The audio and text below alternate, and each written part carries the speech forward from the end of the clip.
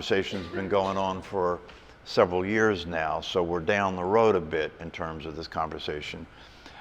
And if you want to, even for those of you who come to the class on a regular basis, we record this part of the class, and there is a YouTube channel with all of the previous talks on it. So you can go and review a talk, which I highly recommend. Some of the talks that I give here, unless you review them, you probably will just end up confused. So they're there to be reviewed. I think now there's 200 and some talks there.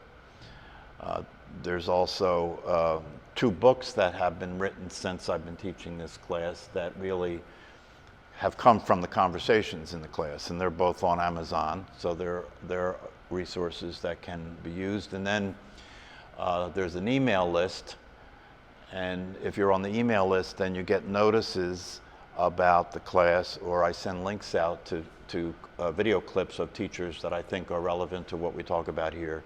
And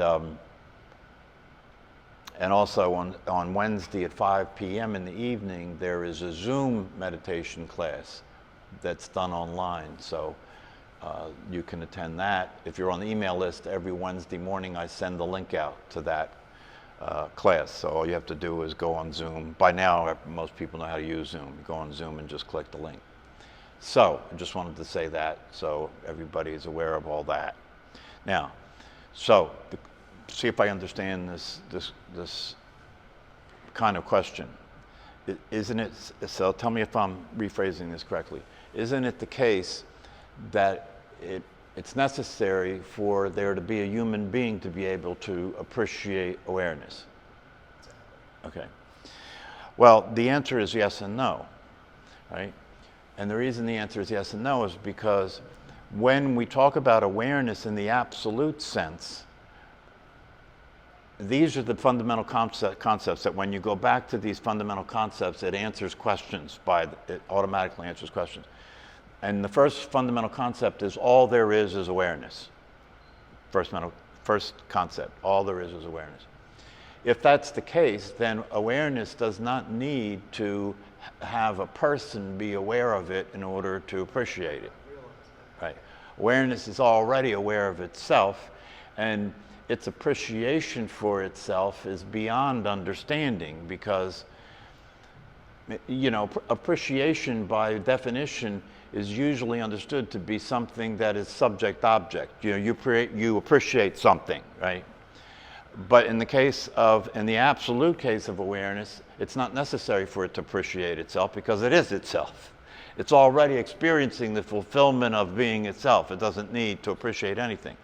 Now, having said that, right, when we're living in the world, you have to kind of meld the two, because you have to be a human being. Well, yeah, having said that, in the human form, right, and in the human state, in the incarnate state, what happens in order for awareness to manifest itself in form and time and space, it has to come into a condition in which it forgets what it is.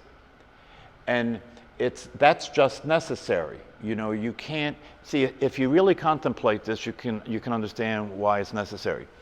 Because what is the human condition? What is the way the world is? What is the way things are as we understand them, right? The way the world is and the way things are as we understand them is that you're a physical body, you're separate from other people, you're separate from the world, time exists, you are the cause of your behavior, right? That's all part of this reality, right, that we exist in. In order for that reality to exist, it is necessary that awareness forgets what it is. If it didn't forget what it is, there could be no interpersonal interactions, because there would be no interpersonal reality. Everybody would be awareness, right? There'd be no possibility of interpersonal reactions. There'd be no possibility of things happening, There would be no possibility of things happening, because in order for something to happen, there has to be time for it to happen in. There has to be space for it to happen in, right? In order for something to be experienced, there has to be a subject and an object, right? So these factors are necessary laws that govern how things work, how things manifest in the phenomenal world, right? And the person is therefore a product of that reality. Now, once the person is a product of that reality and the person is in the state of being cut off from the source, so to speak, the person considers itself to be a body, the person considers itself to be a subject, and everything else is the object, right? Once that's the case, the possibility of consciousness remembering what it is exists. Because in reality, it never changed into not being itself. Remember, all there is awareness. It only appeared to change, right? So if you forgot who you were, if you got a bang in the head and you had total amnesia, you forgot who you were, we could re-educate you. You know? We could reintroduce you to who you were. We could teach it to you again, and you would remember it again, right? It's something like that, in the sense, not quite like that, but in the sense that awareness never actually forgets itself, right? It just goes into what some teachers call a divine hypnosis, right? And so that's what's necessary for things to life to function the way it functions. But it is possible to remember that. And when it's remembered as a person, now the person has gratitude, you see. Now the person has an appreciation for what it actually is, right? And this is an interesting thing, because it's very important to understand that the realization that's called enlightenment, the awakening that occurs, right, does not mean that that after awakening that there's no person. No, that's not possible. The person must continue to exist, right? If it were the case, and I imagine that it does happen this way too, because I've treated people in my psychology practice that have had this happen, right? If somebody were to awaken and they remembered who they really were, and when that happened, the way it occurred for them is that they were now not a person, they were God, right? This happens. I had a person who I treated in my practice that had that happen, you know, spontaneously awakened to himself as God, right? We call this, psychosis or delusions in mental health. And because that was the case, he walked into a Wawa and decided he wanted some ice cream, and he took some ice cream out and sat on the ice cream freezer and was eating the ice cream, because he's God. Everything is God's, you know. And then he left there and saw a nice truck in the used car lot and went over and got in the truck and drove away. That happens, right? And in the world we live in, there's no understanding about that. There's no acceptance of that. You don't get to think you're God and do things like that. So he ended up in jail, right? He didn't stay in jail long, because after that he was diagnosed as to having a mental illness, right? So it's necessary to remember, even if you wake up and recognize the truth that you are consciousness itself, or you could say God. You know, I know that's a very loaded word, but it can get unloaded if you understand what it's really all about. But even if you awaken and recognize the truth of yourself as consciousness itself or God, you must remain an ego, which means you must remain a person. You must remain identified with the body. You must remain identified with your driver's license. You must remain identified with your mortgage and your wife and your kids and your parents and the story of your life and all that jazz. But that doesn't have to be a problem, right? That doesn't have to be. Even the greatest saints who did awaken, like Ramana Maharshi, somebody who I refer to here, or Nisargadatta, you know, or Eckhart Tolle, if you want a more contemporary person, right? After they awoke, after they realized the truth about who they were as awareness itself, right? In Eckhart Tolle's case, it took a while. You know, he was sitting on benches in London for a while in a daze, but he came around, right? After they awaken, they still answer to their name. They still go to the doctor when they're sick. They still obey the laws of society. You know, they still have to deal with the relationships that they're in. They can't just say to their wife, "Oh, I'm God, so you know, and any disagreements we have, you're wrong because I'm God," right? It's like Paul Hederman said when he was living in Australia, and he was into this absolute idea about being awake, which there are some teachers out there that, like Tony Parsons, if you want an example, that talk about the absolute experience of the truth, which is that I don't exist. You know, I don't exist. And so people say, well, then what do you, how do you function? And they say, that's just what's happening. It's not happening to anybody. So they have this whole rap about that there's no person there. And you know, it's interesting and it's fun, but it doesn't really wash, you know, when you try to walk around in life like that. Like Paul Hederman was learning about that stuff at that point, and he was living with a woman. She had to go out, and she said, well, I'm out, would you do the dishes? And she came back and the dishes weren't done. And she said, what, you know, I asked you to do the dishes, why didn't you do the dishes? And he said, there is no Paul, so how could I do the dishes? So she said, if you want to live here, if you want to still live here tomorrow, you'll do the dishes right now. Right? So, you know, it's like they say, you may not be of the world, but you're goddamn in the world, and you're going to stay in the world until your body drops. And you better pay attention to the way the world works until that happens, right? So, does that shed any light at all or respond to what you said? This is a very important thing, this whole business of accepting and understanding that no matter how awake you become, no matter how self-realized you become, no matter how enlightened you become, if you lose touch with the reality of being a person in this world, you're going to be in trouble. That's what happens to some of these awakened teachers who end up getting in trouble because of sex.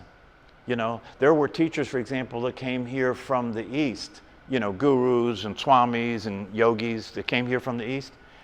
And they came to the West, and in the West, sexuality is, you know, especially back in the 70s when a lot of them started to come to the West, sexuality, that was during the love time, right? You know, I was a hippie then. Everybody was taking LSD, smoking pot, and having sex with anybody. And so these teachers came from the East into that reality, right? And unless they understood how to deal with being a person in the world, they were in trouble. They started having sex with their students, right? And so you have all that stuff that goes on, right? And that's because people don't know how to continue to deal with the reality of being a person in time, in the world, living in a society, dealing with the dynamics of being related to other people. If you do understand that, then you can actually become very skillful in the way that you deal with the world and the way that you deal with other people. Why? Because although you're still operating from the functional reality of being a person and a personality in a body, although you're still operating that way, you know, you understand the truth. Therefore, when you're operating that way, you're free from being concerned about consequences, because your understanding of what's happening is such that there are no consequences. And of course, that gets into when we were talking about predetermination and no free will, which I really want to spend more time on, because, you know, if you're going to sit there and be honest with me, you're going to tell me that this isn't washing with you. It can't, because when you hear this for the first time, right, you've been completely indoctrinated and you've been completely conditioned, as is everybody else on the planet, to believe that you're responsible for your behavior, and if you want to be successful in life, you have to do things. You have to accomplish things, right?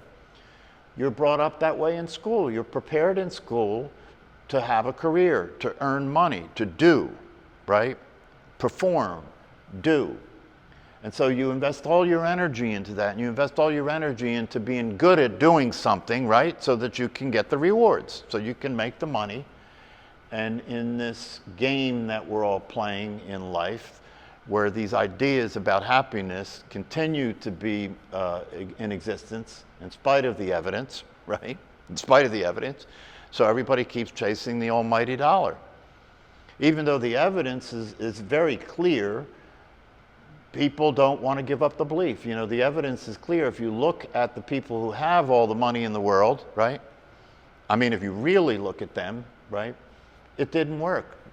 They're not happy. There's no end. There's no end to it. They thought if they had, if they had $1 million, people have this idea, if I had $1 million, I'd be happy. Talk to somebody that has $1 million. They're worried about getting more so that they can feel secure with how much they have, right? And they're worried about losing what they have. So the solution is a new problem, right? And it doesn't really solve anything. People are not happier because they have money.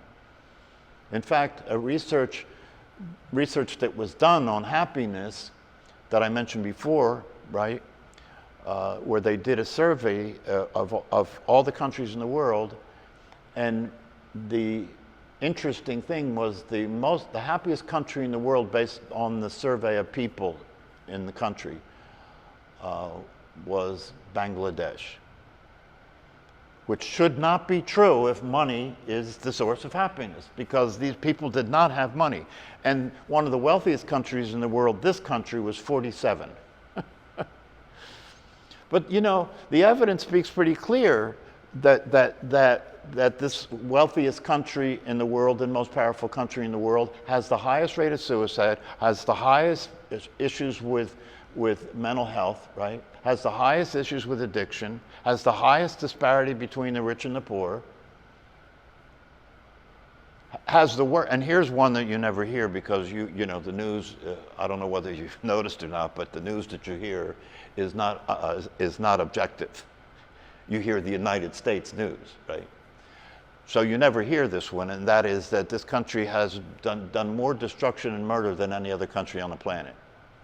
In the name of God, though. In God we trust. But then the first thing we do is accuse other countries of inhumane behavior, right? Of killing people.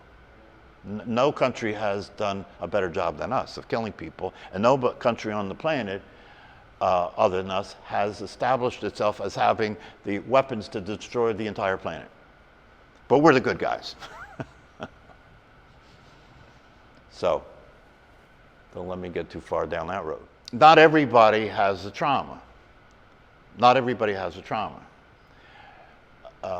Everybody who is conditioned and experiencing themselves as a person has a trauma. An enlightened person does not have a trauma. Even if that person, when they were a child, experiences that would be traumatic, right? They don't have a trauma, right? And the reason for that is simply because when a person wakes up to the truth of himself, right, then who they thought they were is seen not to have ever existed. And therefore, how could that person that never existed be traumatized? So the first thing you have to do to be traumatized is be a person and identify with your body, right? And as Gabor Mate says, trauma is not a function of what happens, it's a function of how you relate to what happens, right? There were a lot of soldiers that went to Vietnam that came back and weren't traumatized, right? Because the way they related to what happened didn't have what happened become stuck in their body and become traumatic and become something that caused them to have post-traumatic stress, because they had their earlier conditioning had made the way they were flexible and pliable enough to be able to be in situations like that and not be traumatized. But they weren't necessarily enlightened. No. Yeah. See, now you're going to make me talk about predetermination. It was the No, you did. You're making me talk about it. No, but that's the reason for that is because the other basic concept is everything is predetermined. There's no free will. Therefore, well, there is really no actual person. Therefore, there can be no. See, this falls out. Therefore, there can be no free will. If there's no person, the person cannot do anything because there's no person to do anything. Right? So there's no free will. And then the other thing is, and this is probably the hardest concept for people to swallow, is everything is predetermined. Nothing happens without it being the will of God or the cosmic law, or time exists as an appearance, right? So see, the thing is, the fact that there's no time is why it can be said that everything is predetermined, right? Because everything is all happening at the same time, or in no time, right? If there's no time, it has to be so that everything that happens can only be happening now, okay? All right, so, yeah, but well, it's predetermined if you look at it from a time perspective, because if you look at it from a time perspective, you're looking at it, and if you look at it from a human perspective, you're looking at it from a time perspective in terms of there's a past, present, and future, right? And so predetermined means that everything that happens is already set. It's already done. It's already happened. So you're just looking at it from a time perspective. If you take time away, right, then it's not a matter of being predetermined. Everything is just happening now. You can look at it either way, you see. The thing is that, and this is interesting because I made a point to myself today to want to talk about the fact that the thing that the people choke on about this is the idea that if it's true that there's no free will, if it's true that everything is happening as thy will be done, everything is happening by the source, right? If that's true, then is that fatalistic? How do I live if that's true? Because it seems as though I have free will. It seems as though I have to make choices. It seems as though I have to make decisions. It seems as though, unless that's the case, what do I do? You know, do I just not stop? Do I not do anything anymore? It's actually freeing because it actually frees you up. Because you let go and just... Well, see, the thing about it is it only frees you up when you accept that it doesn't change, that in the functional moment-to-moment reality of the life as it's lived by the person. Yeah, you can't control things. In the moment-to-moment functional reality of the life as it's lived by the person, you do have free will. You do have free will. But you have to understand the reason you have free will is because you're being a person which is not actual. So you're living in an illusionary reality, and in that illusionary reality there is time, and in that illusionary reality you are a separate subject, you are a separate being, right? Once that setup exists, you do have free will, right? And therefore you must continue to act as if you have free will. And you must continue to think about what you're going to do before you do it. You must continue to have considerations about the choices you make before you take action. In the way life occurs, in the functional reality in time, space, where there are separate bodies and all that, that must be the way it works. But don't forget it's an illusion. When you go into the voting booth, what do? You consider your decision, don't you? You think about the reasons why you're going to vote for who you vote for, right? And then you take action. And you do have free will. You can choose to vote or not vote. You can choose to vote for somebody or vote for somebody else. That's there. But isn't that decision already predetermined based on your history, your conditioning? Your conditioning. Yes, it's absolutely predetermined based on your DNA and your conditioning. So whichever person I'm going to click next to is already been predetermined before I get into that position. Yes. Well, then how can I have free will then in that situation? Because you're being a person. And when you're being a person, that's the way it occurs to you. When you're being a person, things occur to happen in time, but time doesn't exist. When you're being a person, things happen to be apart from you, but they're not apart from you. When you're being a person, you're being something that doesn't actually exist. But nonetheless, by agreement in the world we live in the world and the way things occur, that's considered to be real. And so once you're in that setup, you act as if you have free will. But when you're in this when you're in this dream or this illusion thinking you have free will, that's real to you. Right. Yeah. It definitely is. That's real to you. And for most of humanity, for most human beings on the planet, that is reality. There is nothing else.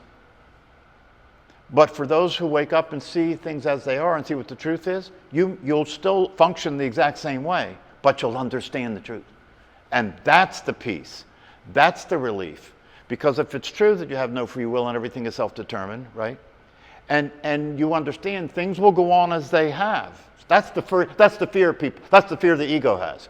Oh, wait a minute. I'm not letting go of my free will. Forget about it. I'm not letting go of my. But if you understand how things work, you understand, no, that's not it. You don't have to be afraid of. Things will continue as they have been. The only thing that will be different is you will no longer live under the pressure and the stress and the burden, right, of being concerned about what you have done, what you will do, and what you are doing and what you will do. There will be no guilt. There will be no shame about the past. There'll be no concern about the present. You will continue to do what you do. Things will happen. You will have considerations, and you will make decisions and choices and act off those decisions and choices. That's the way it will continue to happen. And you might get better at it, right? But behind it all, if you understand things as they really are, there's no stress. You're at peace. Nothing can happen without the will of God. No, not only do you not have free will, and therefore you're not the source of what you do, but the only way you can accept that is to understand that it applies to everybody. Therefore, nobody has free will. Therefore, you can't blame anybody for what they do, and you can't hold yourself accountable and feel guilty for what you do. See, one of the reasons this is unpopular is because if it's true, right, then organized religion falls apart. Because in organized religion, there has to be sinners. And if this is true, there's no sinners. If this is true, there's no sinners. Everything is happening as the will of God. Human beings are just vessels for the expression of the source, for the expression of God, for the expression of cosmic law, whatever you want to call it. For the society you live in, you may be clear that you have no free will and that you're not the source of anything, right? And therefore you're not guilty and not responsible for anything you do. But in terms of the relative world and the world we live in society, that can't work.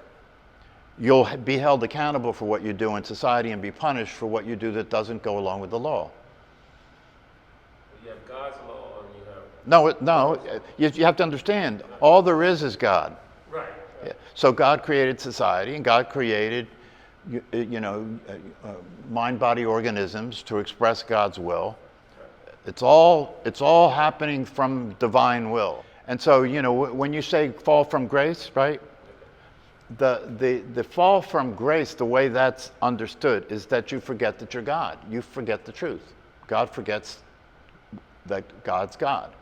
But even that's predetermined. You see? So in the end, if you unconditionally accept the reality of the situation, that's what enlightenment is. That's what peace that passes understanding is. You're at peace. You're at peace. Why are you at peace? Because you can do nothing wrong. You can do nothing. And the experience of that, because don't forget, you still will function in the ordinary way. So you're not, so it's not going to cause any problems with that, right? The understanding of that gives you peace of mind, because with that understanding, if you're living with that understanding and with that awareness, right, then the way life appears to you is you're just a witness. It's very interesting. Everything is just happening. And there's no pressure. There's no suffering. There's no idea about this shouldn't be the way it is. There's no idea about it shouldn't be the way it is. An enlightened person knows that they're God, but keeps it to themselves. Doesn't go out and steal ice cream. That's right. Rob An enlightened person knows what the rules are Right. and doesn't violate the law.